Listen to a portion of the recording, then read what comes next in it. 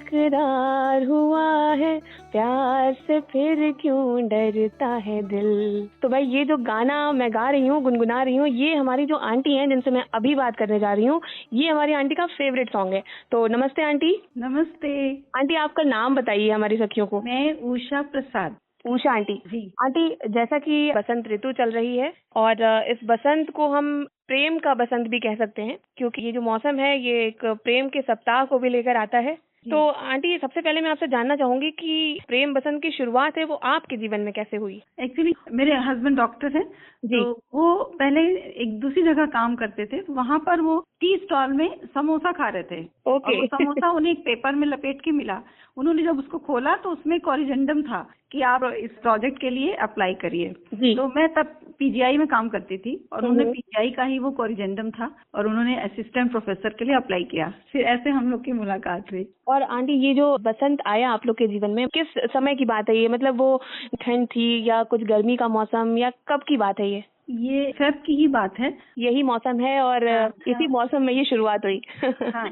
तो हम लोग क्या करते थे, लैब वर्क था शुरू में पीजीआई में 2 टाइम, मतलब एक बस जाती थी 4 बजे और एक जाती थी 5 बजे स्टाफ को छोड़ने। तो हम लोग क्या करते थे, 4 बजे वाली बस से जाते थे, थोड़ा सा घूमते थे यही हमारे लखनऊ में ही जो कुछ कुछ प्लेसेस हैं, और 5 वाली बस से वापस आ जाते थे। फिर जून में हमारी शादी हो गई थी। तो आप लोगों ने ऑफिस टाइम से लेके आने जाने के सफर तक काफी समय एक दूसरे के साथ व्यतीत किया? हाँ, हाँ, थोड़ा थोड़ा। और जबकि हम लोग का डिपार्टमेंट अलग था, तो ये बहुत पहले की बात है, ये 82 की बात है। 82। हाँ, कैसी बॉन्डिंग है अंकल के साथ आपकी? मतलब फैमिली मैटर्स में भी आपका कोऑपरेट हाँ, करते हाँ, हैं हम या लोग फिर? का कॉपरेशन है और हम लोगों ने ये डिसाइड किया था कि जी। जब एक जने को गुस्सा आएगा तो दूसरा जना शांत रहेगा, और इस ओके। रूल को हम अभी तक फॉलो करते हैं। ये फॉलो करते हैं आप लोग? हाँ, ये अभी तो भी हमारे करते हैं। आगे की जनरेशन जो हमें सुन रही है या हमारी जो सखियां सुन रही हैं उनके लिए भी एक अच्छा मैसेज है कि हाँ, भाई एक अगर गुस्सा वाला है तो दूसरे वाले को थोड़ा शांत हो जाए तो मैटर थोड़ा वो डाइल्यूट हो जाता है, उससे डाइल्यूट वो हो जाता है। बात आगे नहीं बढ़ती है। अगर एक गुस्सा हो रहा है, हम लोगों ने बच्चों पे भी रखा कि अगर वो डांट रहे हैं तो मैं नहीं डांटती थी,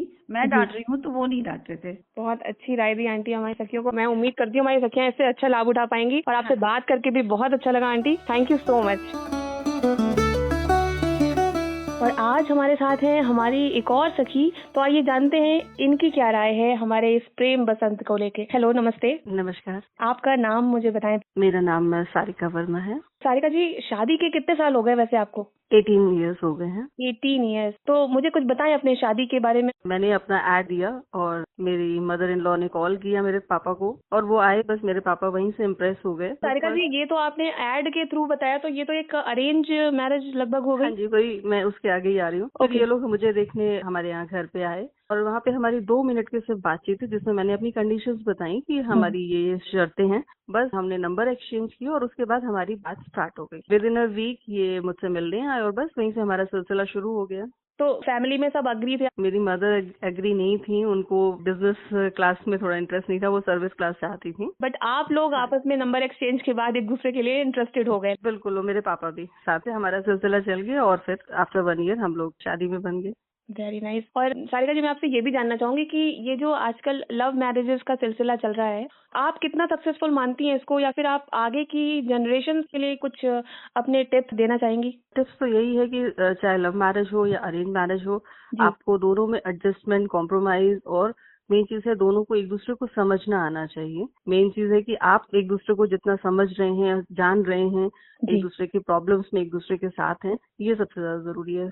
बहुत अच्छा लगा सारिका जी आपसे बात करके। और चलते चलते मैं चाहूंगी कि आप मियाँ जी को लेके कुछ तो गुनगुनाती होंगी, या कुछ आपका फेवरेट सॉन्ग होगा, 2 लाइन साझा कर दे तो अच्छा लगेगा हम सबको।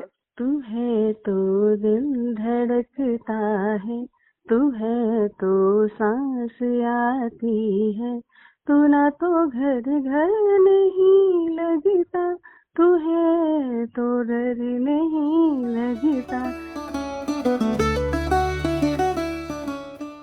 तो भाई आज हमारे साथ है हमारी एक और सखी। आइए इनसे बात करते हैं और जानते हैं उनके कुछ अपने पर्सनल एक्सपीरियंस।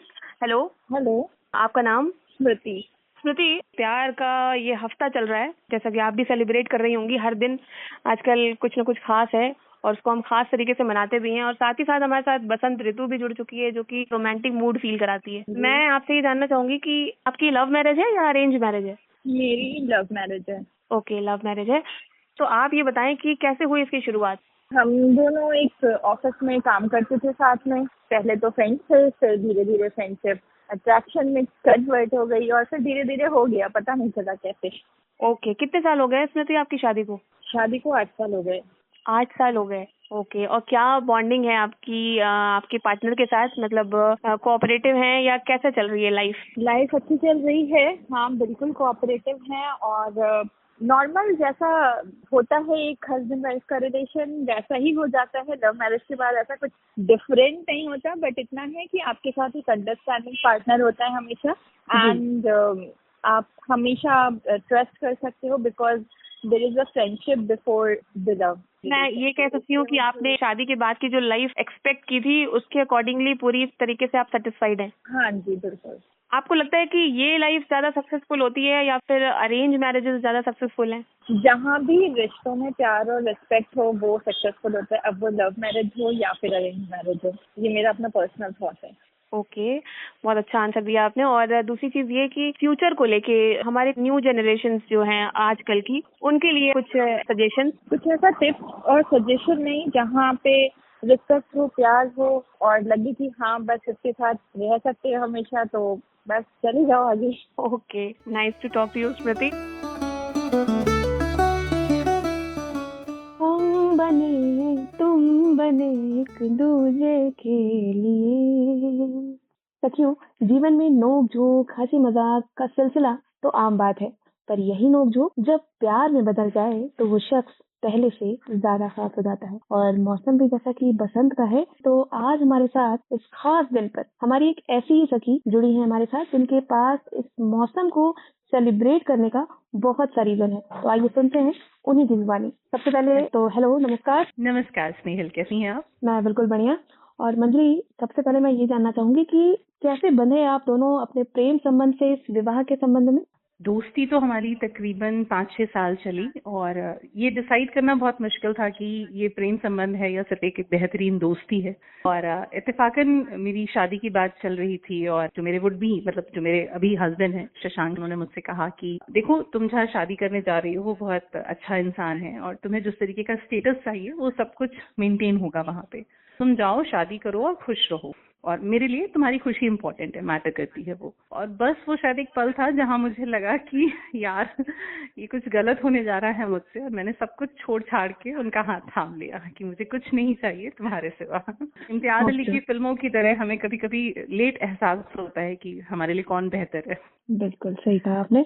और वैसे आपके जीवन में ये जो बसंत आया वो किस समय आया? यानी यूँ कहें कि मौसम गर्मी का था या फिर यूँ ही कुछ गुलाबी ठंड का माहौल था? न ठंड थी न बसंत था। ये जो मौसम था ये भद्दर गर्मी का था।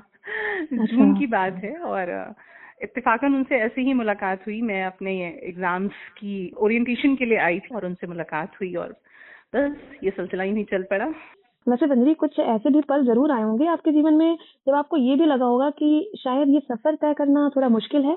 ये पल तो मेरे ख्याल से हर शादीशुदा इंसान की जिंदगी में आते ही हैं जब आपको लगता है कि आपके फैसले गलत हैं। मेरा बहुत स्ट्रॉन्ग बिलीव है इस चीज में कि जब आप प्यार में होते हैं तो कुछ भी गलत या सही नहीं होता है।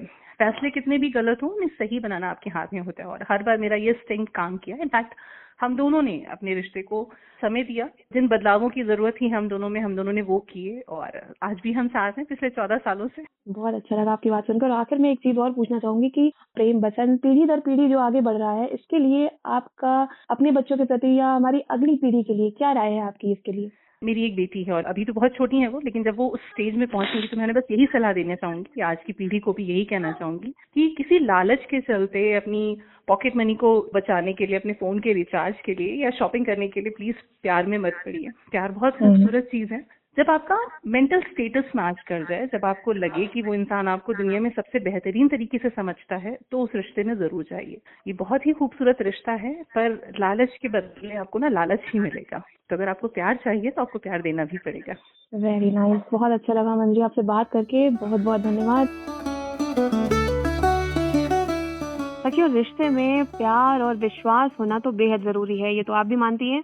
लेकिन साथ ही जो हमारा साथी है, हमारा लाइफ पार्टनर है, वो अगर प्यार देने वाला और सलोना सा हो तो फिर बात ही कुछ अलग होती है ना? सलोना सा सजन है और मैं हूँ, सलोना सास है और मैं हूँ, जिया एक अगन है और मैं हूँ, सलोना सास है और मैं हूँ।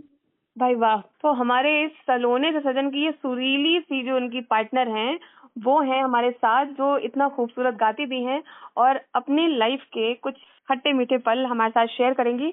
सबसे पहले मैं आपका नाम जानना चाहूंगी। मेरा नाम अवंतिका है। कहाँ से हैं आप अवंतिका? मैं कोटद्वार उत्तराखंड से हूँ।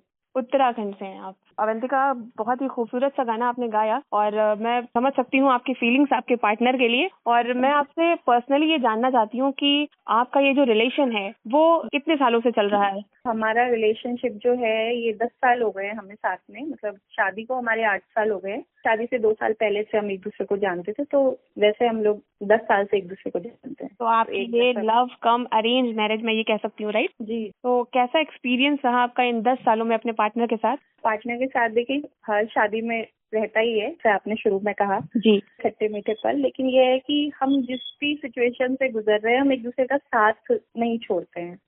चाहे वो फैमिली की कुछ भी प्रॉब्लम्स हो, हमारी पर्सनल हो, या हमारे लाइफ में हमारा बच्चा आया उसके बाद के अलग अलग हमारे एक्सपीरियंस हो, तो हमने एक दूसरे को समझ के एक दूसरे का साथ कभी नहीं ऐसे नहीं करा कि हम एक दूसरे को जज कर रहे हो किसी भी सिचुएशन में। बिल्कुल, यूँ कहें कि परिस्थितियाँ चाहे कुछ भी हो, हमारा एक दूसरे के प्रति जो बॉन्ड है वो वैसा ही है जैसा हमने पहले रखा था। हाँ बिल्कुल बिल्कुल। तो बाय नेचर कैसे हैं वो? कितने कोऑपरेटिव हैं, या फिर सिर्फ अपने काम से काम वाले हैं, या फिर कुछ आपके काम में भी आपके मददगार साबित होते हैं?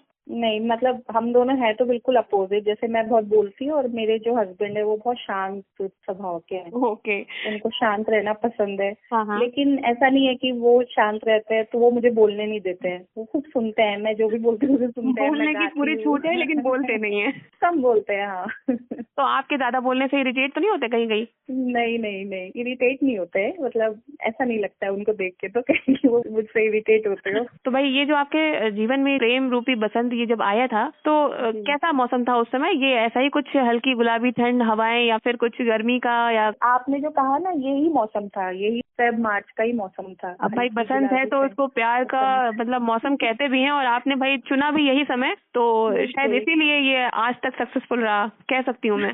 हाँ जी, क्योंकि मुझे अभी याद है कि हाँ यही तो समय था, वो फरवरी मार्च का।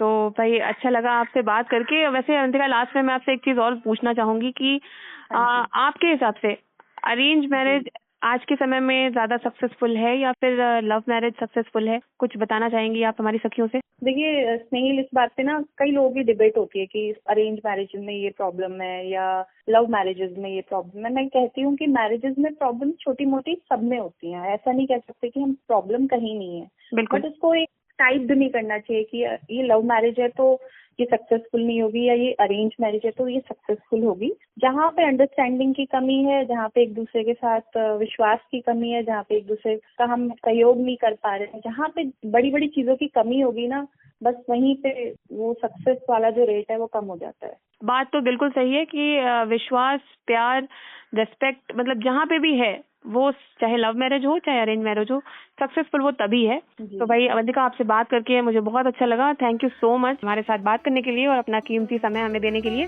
धन्यवाद। थैंक यू स्नेहिल। तो सखियों, देखा जाए तो बसंत ऋतु में प्रेम तो फिजाओं में ही घुला रहता है, जो हर मन को प्रफुल्लित भी करता रहता है। पर इस प्रेम के साथ यदि हमारे रिश्ते में एक दूसरे के प्रति सहयोग और सम्मान की भावना भी हो, तो ये प्रेम पीढ़ी दर पीढ़ी यूं ही खिलता, महकता और गुनगुनाता रहेगा।